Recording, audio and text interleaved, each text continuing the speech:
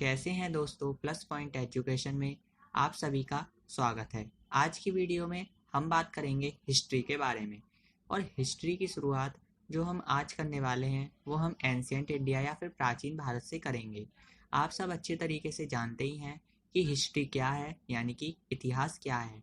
History is a text. इतिहास एक ऐसा ग्रंथ है जो हमें अतीत के घटित हुई घटनाओं के बारे में जानकारी देता है, जो हमें बताता है कि हमारे पास्ट में क्या घटनाएं घटित हुई हैं, यानी कि भूतकाल में हमारे साथ क्या क्या हुआ है।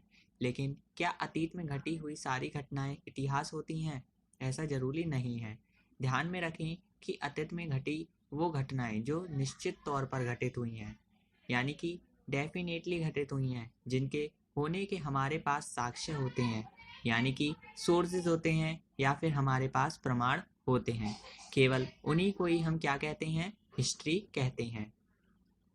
इसके बाद उन्हीं को हम इतिहास के नाम से जानते हैं। और आप अच्छे तरीके से भी जानते ही हैं कि भारत में इतिहास को, हमारी एंशिएंट हिस्ट्री को 3 मेजर पार्ट्स में इतिहासकारों ने डिवाइड किया है। इसमें सबसे पहला पार्ट एंशिएंट इंडिया होता है, इसके बाद दूसरा पार्ट मेडिएवल इंडिया होता है, और फिर तीसरा पार्ट मॉडर्न इंडिया। अगर हम इन तीनों भागों के बारे में बात करें तो सबसे लंबा पीरियड गुजरा है तो वो एंशिएंट इंडिया का ही था, प्राचीन भारत का ही था। इसीलिए आज हम बात करने वाले हैं एंशिएंट इंडिया या फिर प्राचीन भारत के ही बारे में, और उसकी शुरुआत करने वाले हैं। लेकिन एंशिएंट इंडिया की शुरुआत करने से पहले हमें एक चीज़ समझनी होगी, या फिर हमें यह जानना होगा कि वो कौन कौन से महत्वपूर्ण स्रोत होते हैं, वो कौन कौन से इम्पोर्टेंट सोर्सेस होते हैं, जिनसे कि हमें सारी की सारी जानकारी मिली है, जिनके आधार पर हमने निर्माण किया है कि किसका, इतिहास का या फिर हिस्ट्री का। तो दोस्तों, टाइम वेस्ट ना करते हुए फटाफट से शुरू करते हैं। और सबसे पहली चीज़ जो आप समझेंगे एंशिएंट इंडिया या फिर प्राचीन भारत में, यानी कि वो सोर्सेज होंगे। तो सोर्सेज होंगे जिनके आधार पर हम पूरा का पूरा एंशिएंट इंडिया पढ़ेंगे या फिर पूरा का पूरा प्राचीन भारत का अध्ययन करेंगे। बुजुर्गों ने कुछ और विद्वानों ने ऐसा कहा है कि बुजुर्गों ने और विद्वानों ने ऐसा कहा है कि जिस तरीके से तीर को चलाने के लिए पहले धनुष को तीर पर लगाना पड़ता है और तेजी से, जोर से, कानों तक खींचकर फिर तीर चलाना होता है, बिल्कुल ठीक इसी तरीके से हमें यह जानना बेहद आवश्यक है कि हमारे अतीत में क्या हुआ है। अगर हम अपने प्रेजेंट का अध्ययन करें और आने वाले फ्यूचर के बारे में यदि हम कोई भी प्लानिंग करते हैं या फिर कोई भी रणनीति बनाते हैं, तो उसके लिए हमें ये जानना ज़रूरी है कि हमारे पास्ट में क्या हुआ है, हमारे इतिहास में क्या हुआ है। सिर्फ यही इम्पोर्टेंट होती है और सिर्फ यही कारण होता है कि हमें जानना ज़रूरी है कि क्या है इंडियन हिस्ट्री और क्या है भारत का इतिहास। तो दोस्तों, हम शुरुआत करते हैं इंडियन हिस्ट्री को पढ़ने की। भारतीय इतिहास का स्रोत। भारतीय इतिहास के स्रोतों को मुख्यतः 3 भागों में विभाजित किया गया है। पहला साहित्यिक साक्ष्य, दूसरा विदेशी यात्रियों के विवरण और तीसरा पुरातत्व संबंधी साक्ष्य। आज के इस वीडियो में हम साहित्यिक साक्ष्यों के बारे में विस्तार पूर्वक अध्ययन करेंगे।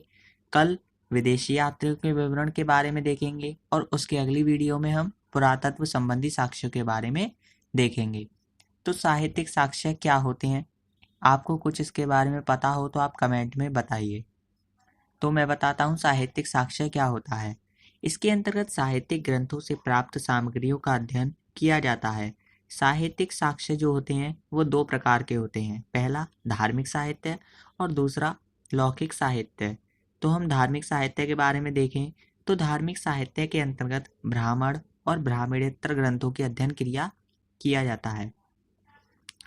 ब्राह्मण ग्रंथों के अंतर्गत वेद, उपनिषद, रामायण, महाभारत, पुराण और स्मृति ग्रंथों को सम्मिलित किया गया है।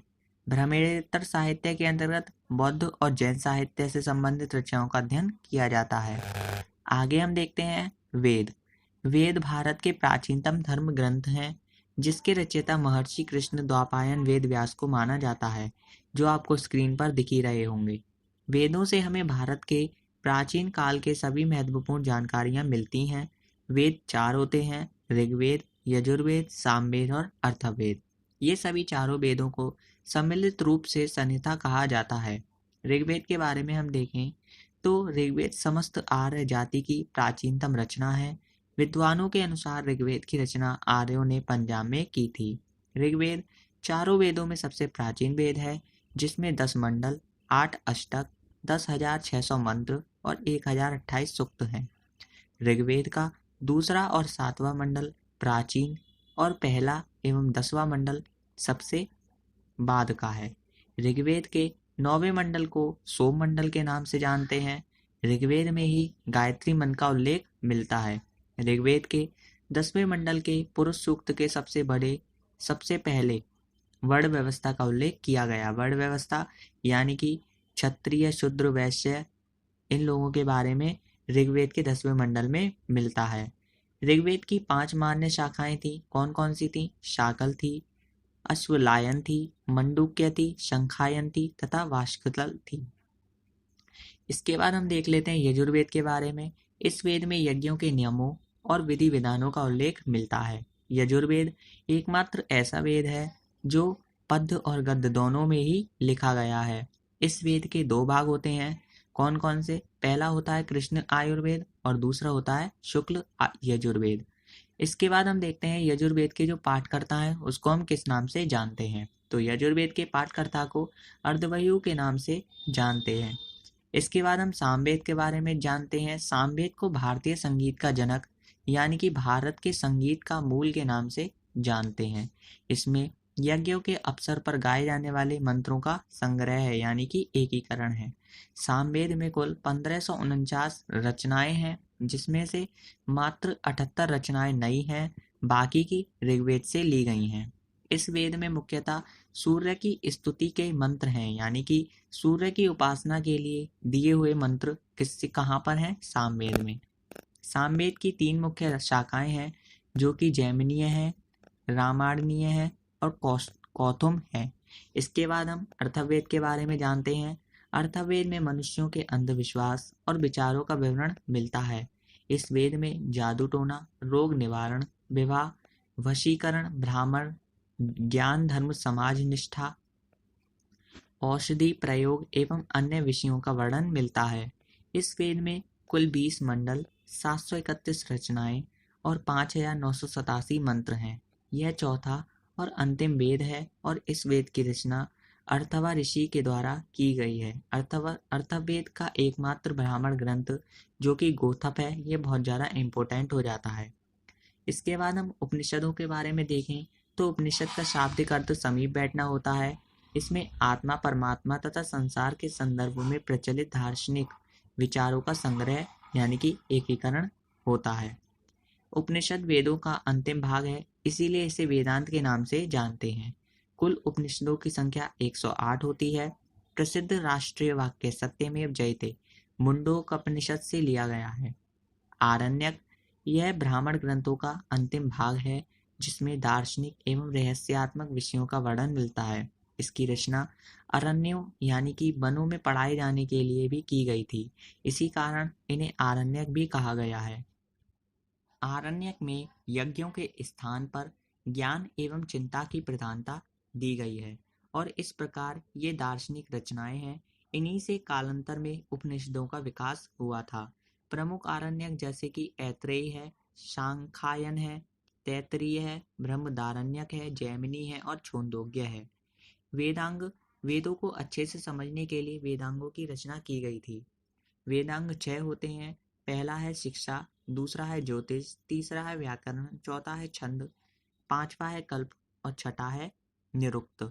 ये सभी छंद वेदांग हैं। ये सभी वेदों के शुद्ध उच्चारण और यज्ञादि करने में सहायक थे।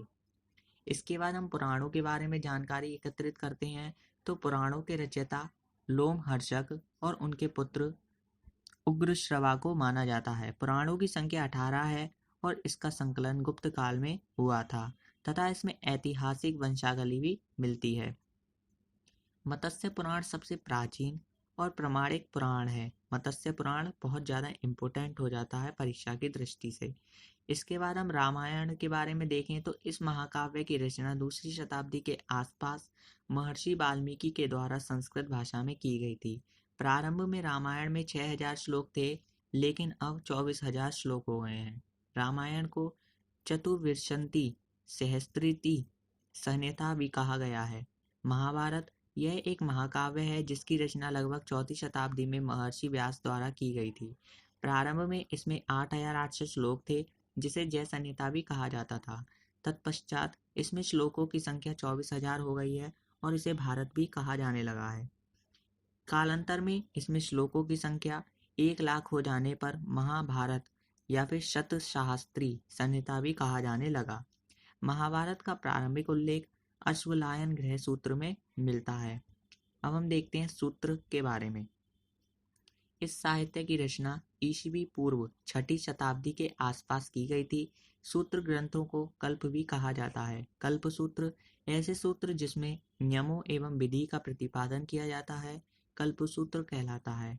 स्मृतियाँ वेदांग और सूत्रों के बाद स्मृतियों का उदय हुआ, जिसको हम धर्मशास्त्र के नाम से भी जानते हैं। मनुस्मृति सबसे प्राचीन स्मृति है। आगे की वीडियो में हम लौकिक साहित्यों के बारे में विस्तार पूर्वक अध्ययन करेंगे, लेकिन आज की वीडियो केवल यहीं तक। अगर आपको वीडियो अच्छी लगे तो प्लीज़ वीडियो को लाइक कीजिएगा और एक सुंदर सा कमेंट जरूर कीजिएगा, ताकि मुझे पता चले कि मेरी वीडियो किस प्रकार की है।